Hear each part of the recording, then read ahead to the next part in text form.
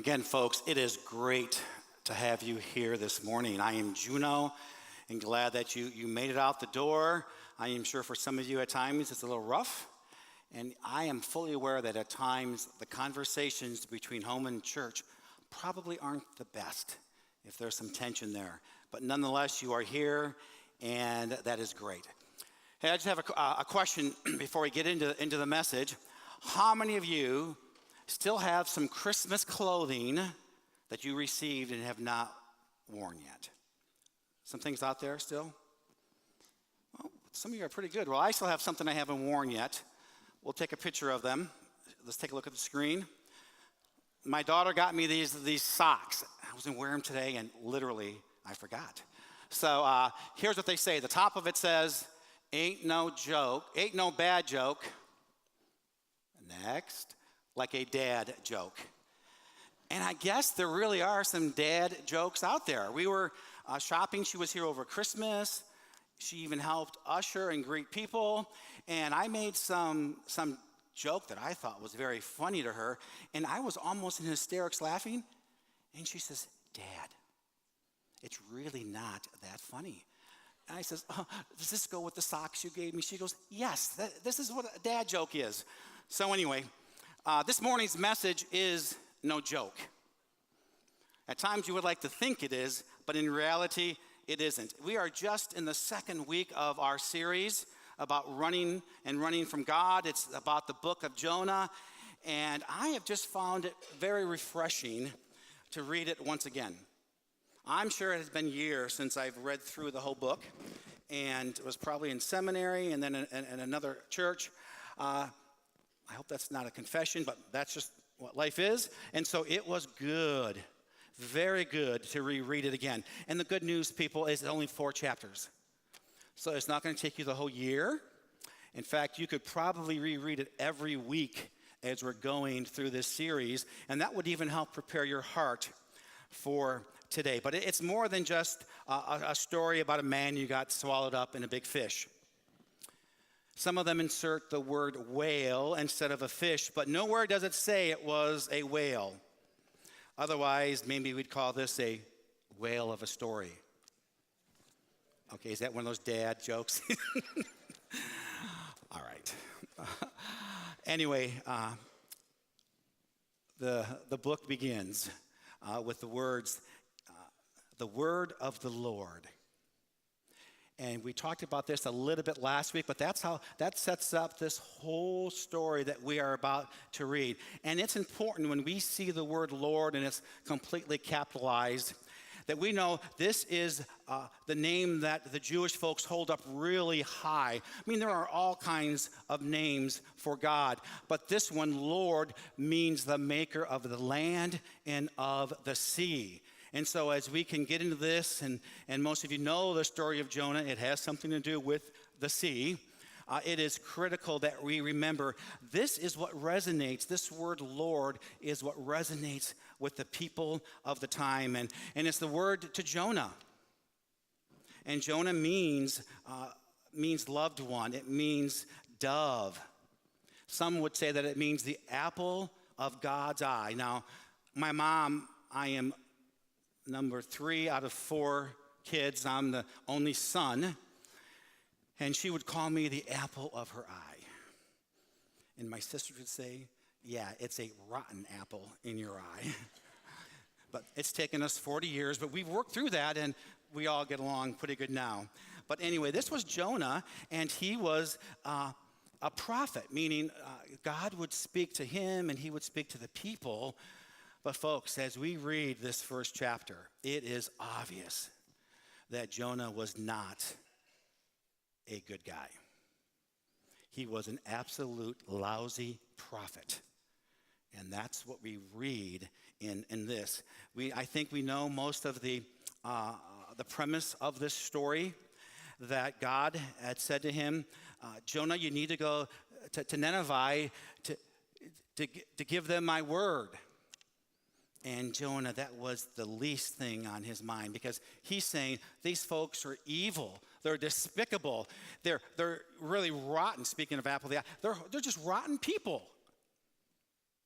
But Jonah was also wise enough to know that if he goes there with the life-changing words of God, that these people are going to change. And so Jonah didn't want to be a part of that. He did not want these people that he thought, and I'm sure they were not friendly people, he did not want to give them a second chance.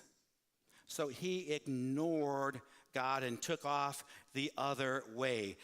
Jonah knew that these folks would be redeemed, and he said he wanted nothing to do with it. He had no use for them. They were bad, bad people, and he basically said no to God. No to the God of land and sea. They don't deserve your love. And so he lost perspective. He really lost his calling, and he wanted nothing to do with them. Nothing to do with what Yahweh, again, the God of the sea and the land, had planned. So he ran. He ran thinking that he was running for his life, when in reality, he was running from his life. And again, as I've reread this, it's like, gosh, Jonah, you got guts. Now, you may be stupid, or, again, when I grew up, we couldn't use that word. You may be unwise, let's say it that way. But yet, you got what it takes to actually say no to God. God, again, the God of the land and the sea, told you what to do, and you had the audacity to say no. You had the audacity to give your ideas, and God said go one way, you went the other way. And I know it's easy for us to think that. To think, oh, Jonah, you really are a foolish man. Despite being a prophet, despite being loved by God and having that close relationship, you really messed this one up. And it's easy for us to think that about Jonah, isn't it? It's easy for us to really it's easier for us to give advice than it is to take it. Because I am guessing that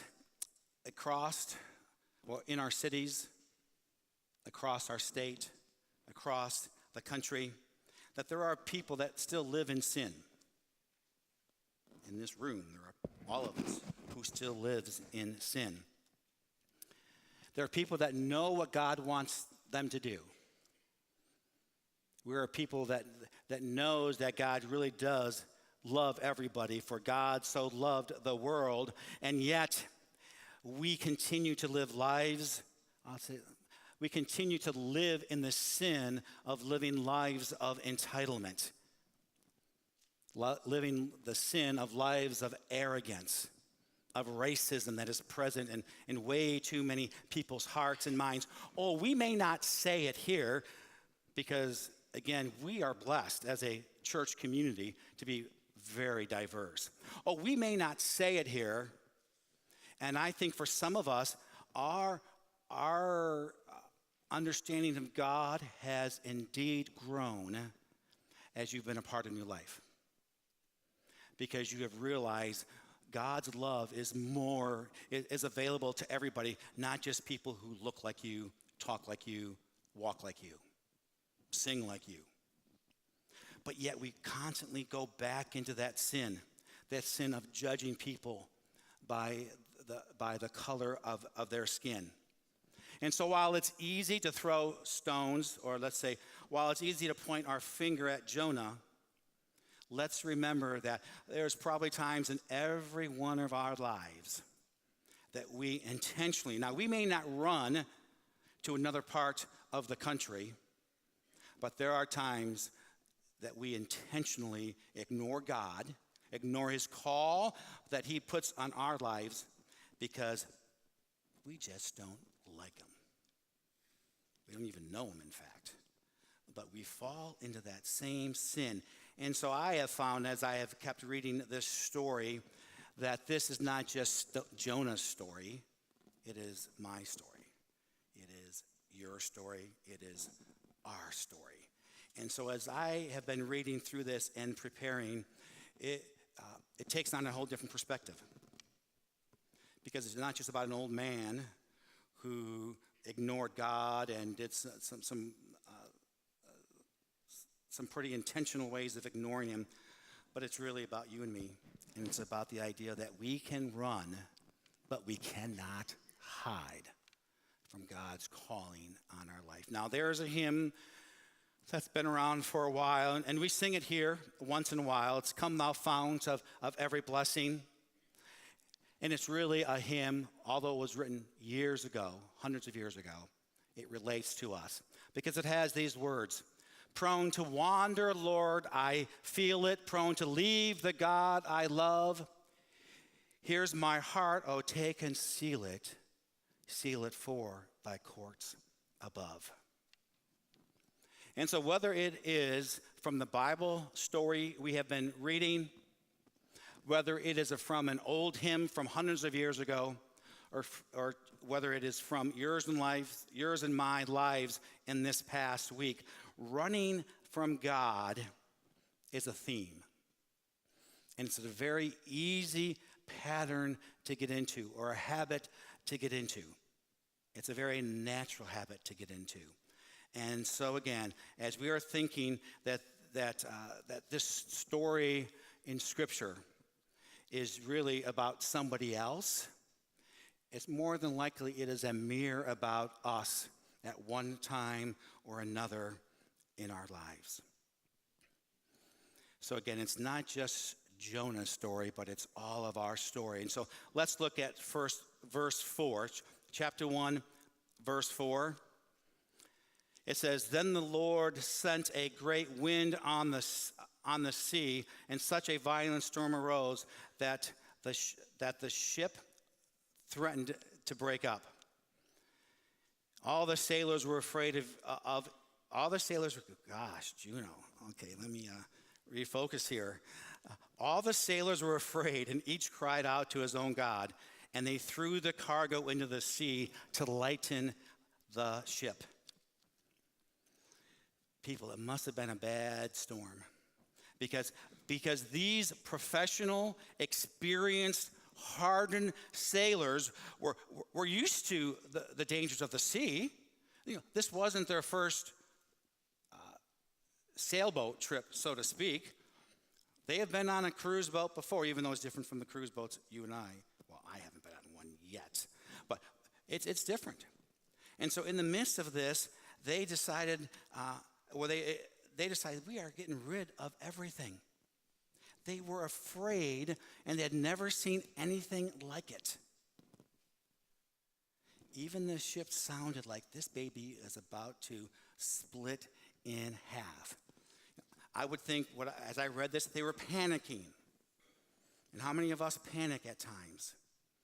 When we get the bad news, what do? We go to the local natural food store, and we buy anything and everything that deals with whatever we're dealing with.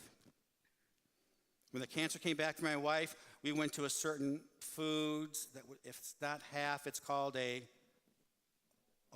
I didn't say it, you did. But we went to this, it was anything that had the word cancer, she was buying it. It was just like, that grocery cart's going to cause me to have a heart attack. Because if you've been there, it's like, stuff ain't cheap. And so it's like, let's slow this down.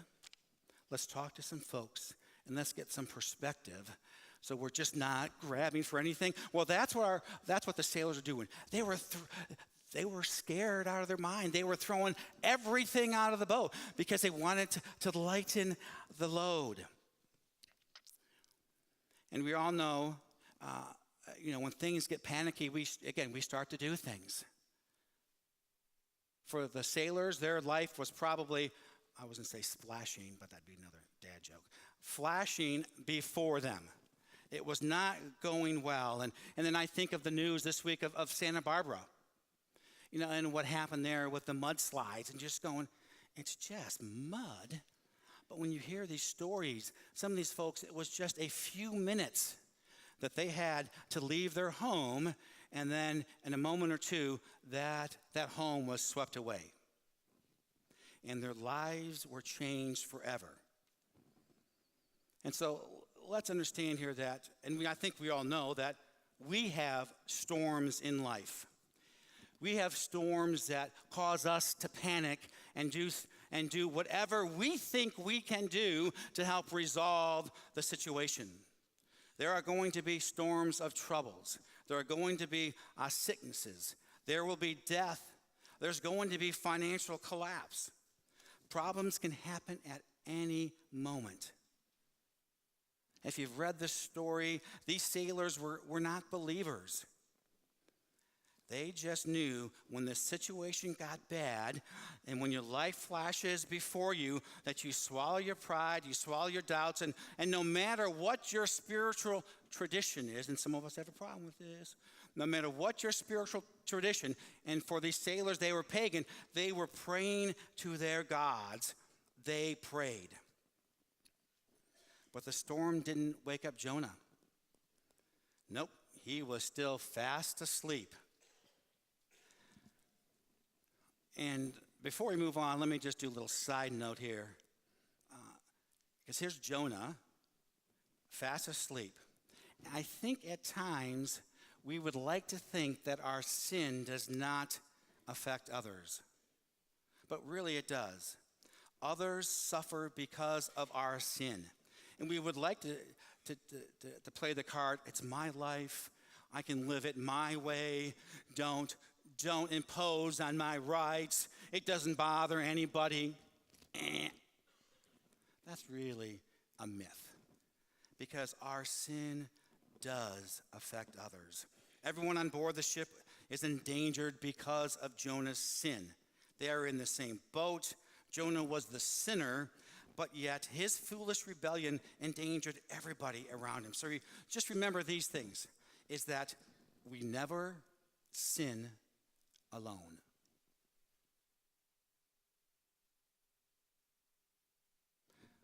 We wish we could, but the reality is we never sin alone.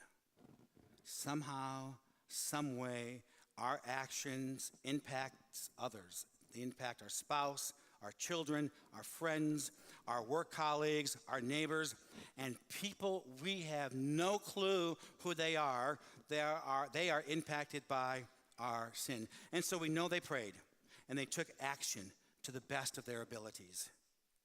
At the second half of verse 5, we read this: "But Jonah had gone below deck, where he lay down and fell into a deep sleep."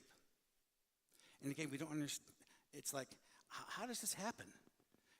Despite the ship being tossed, just the sounds and the chaos of everybody else, there he sleeps. And he needs to be woke up, but yet he sleeps. Again, some of you maybe have a spouse that you think, you can sleep through anything. Rachel, you're going to probably think that in a few months. Mark, wake up. You got to feed the baby. Oh, he's not going to feed him at that age, I don't think. But you can sleep through anything. Trust me, we have spouses like that. Some of you have children like that. That no matter what, they can sleep. And it's like, Jonah, you just said no to God, and yet you can sleep. And so the question is this: why can he sleep? Is he foolish enough to think that he can run and run from God? Is he foolish enough to think, God told me to go here, I'm going there, I'm on this ship, he'll never find me.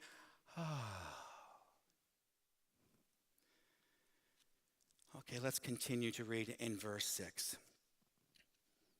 The captain went to him and said, "How can you sleep? Get up and call your God. Maybe he will take notice of us so that we will not perish." Then the sailors said to each other, "Come, let us cast lots to find out who is responsible for this calamity." And again, let me just do a little pause here. They cast lots. They were operating out of the pagan thought, the mindset that when something bad happens, there's a reason for it. Some of us think that, but that's really not a biblical thought. But yet, on one hand, and there's some fine lines here, people, there are natural consequences to sin. It's not always God, throwing a lightning bolt to punish, but our sin just causes some natural consequences. And so that is what they are operating from, the idea that when things get this bad, and that storm was horrific, there was a reason for it. Somebody did something wrong, and they drew lots, and let's pick this back up. So they cast lots, and the lot fell on Jonah. Very interesting. Out of everybody on that ship, it fell on Jonah. And so God even has control over that superstition of lots. Who could it be? Of all the people, it fell on Jonah. So they asked him, tell us, who is responsible for making all this trouble for us? What kind of work do you do? Where do you come from? What is your country? From what people are you? Again, signs that things aren't going well here. You better own up here, buddy. He answered, I am a Hebrew, and I worship the Lord, the God, here he goes, the God of heaven who made the sea and the dry land. So he's telling these pagans who he is, who he's about. This terrified them. Okay, I could do all kinds of sarcastic remarks. But anyway, this terrified them, and they asked, what have you done?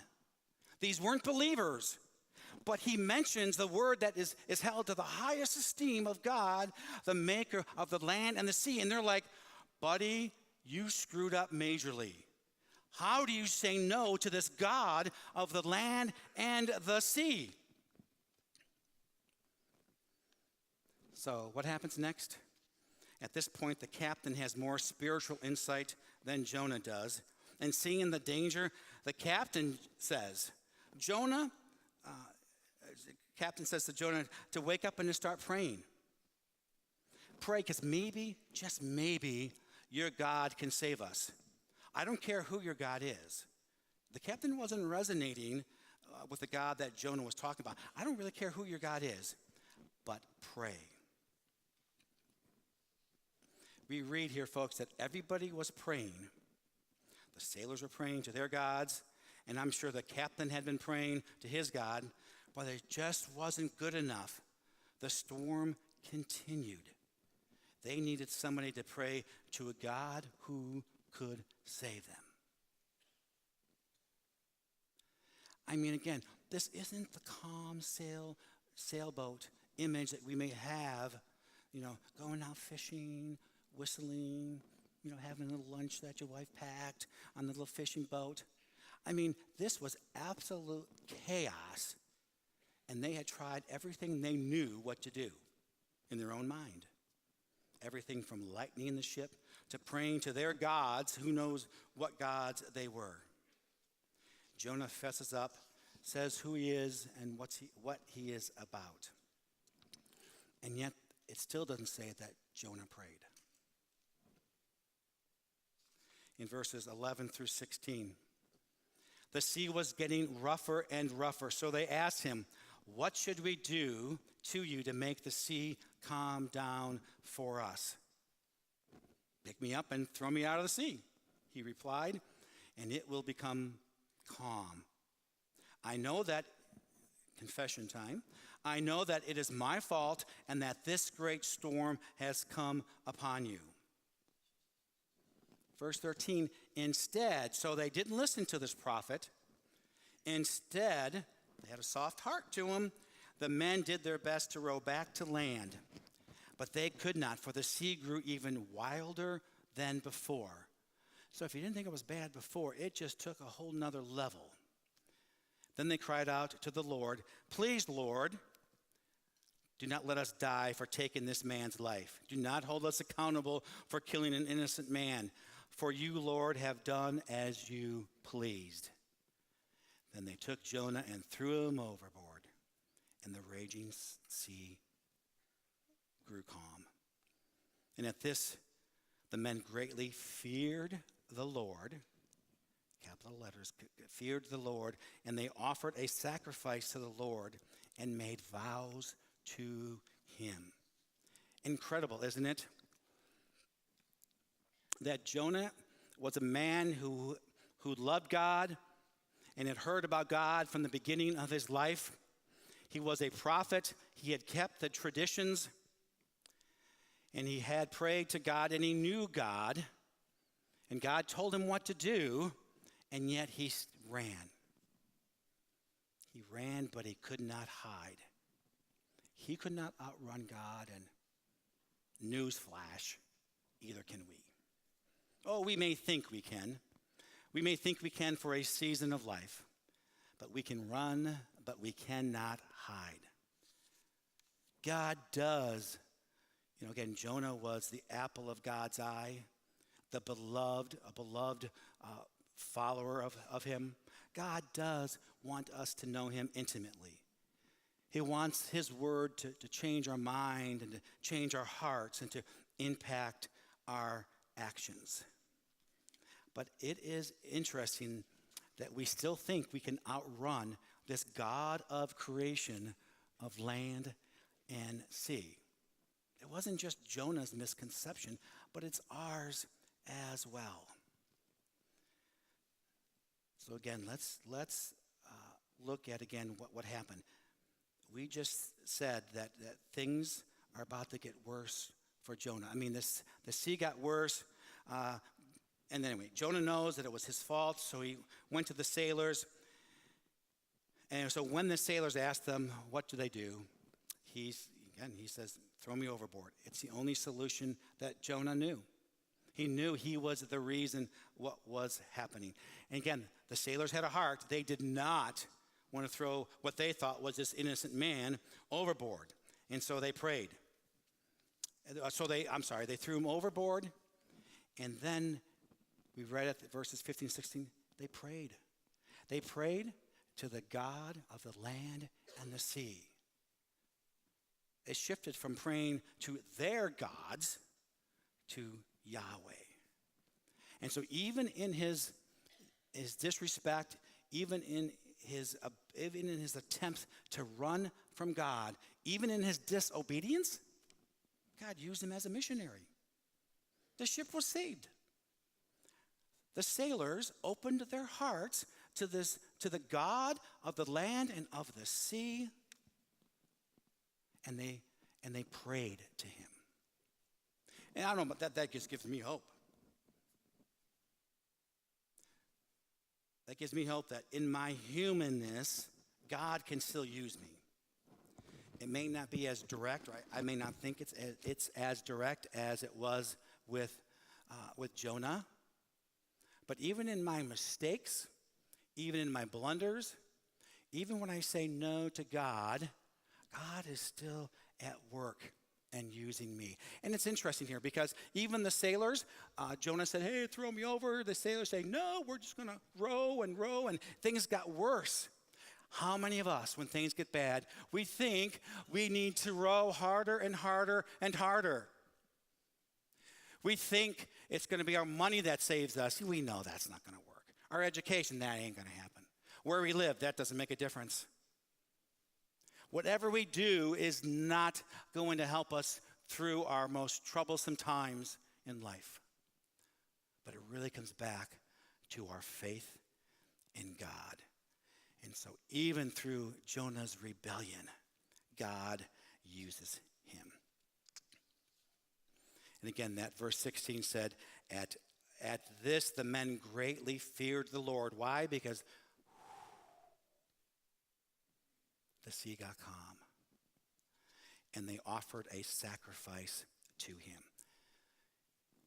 And just let me conclude with verse 17 here, which is, again, relates not to just Jonah, but to us. Now the Lord provided a huge fish to swallow Jonah, and Jonah was in the belly of the fish 3 days and 3 nights. Jonah's sinking, folks. He's hitting bottom, and all of a sudden this big fish shows up.